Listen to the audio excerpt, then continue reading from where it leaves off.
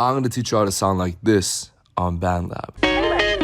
You can download this preset, link in the description, or the pin comment, man.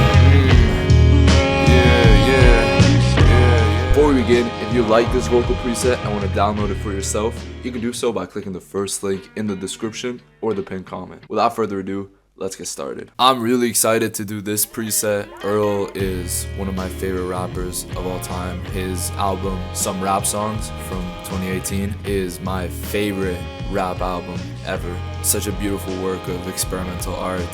If you haven't listened to it, I really do recommend it. So the first step is the EQ, and I put the EQ 3M, and as you can see, I really didn't touch much. One thing you have to keep in mind, especially if you're trying to emulate like Earl's new sound, the more experimental rap, like navy blue, red veil sort of style, a lot of the aesthetics that he sort of favors are much more lo-fi, and not lo-fi in the beats to study to type way. I mean as in that the sound quality is literally low fidelity, as the abbreviation implies. So for that reason, I really didn't touch much in the EQ. Maybe boosted the low and the mids like by 1 decibel and the highs a little more, just to get the vocal a little high up. But this really depends on how experimental you want to get. I mean, there are some songs by him where his vocals are much quieter in the mix and a bit buried, and obviously he does it for artistic effect. So if you wanted to, you can even like boost the lows a lot and get like a sort of rumbly, ugly sound with that.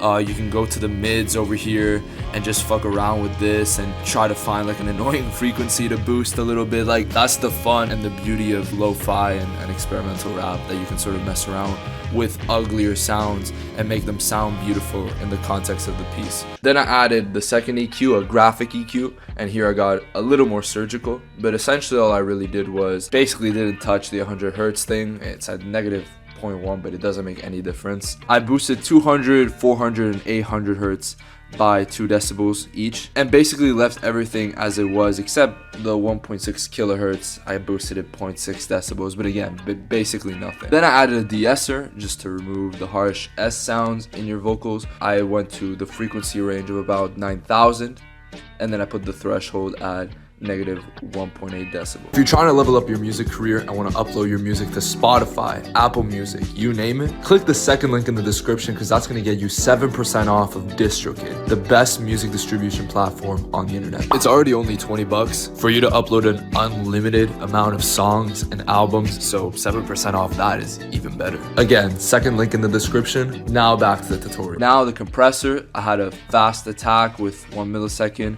and a decently fast release of 373 milliseconds. The threshold I put at 5.1, the ratio at 8:1, and the gain I put at 7.1 decibels. But that varies depending on how loud you need your vocals in the mix. Then I added a noise gate. This is to remove any background noise whenever the singer or the rapper isn't performing, so you don't hear any white noise and whatnot. So again, a pretty fast attack of 5 milliseconds. The release decently fast as well at 200 milliseconds, and I put the threshold at -30 decibels. I feel like that's a good starting point for most people.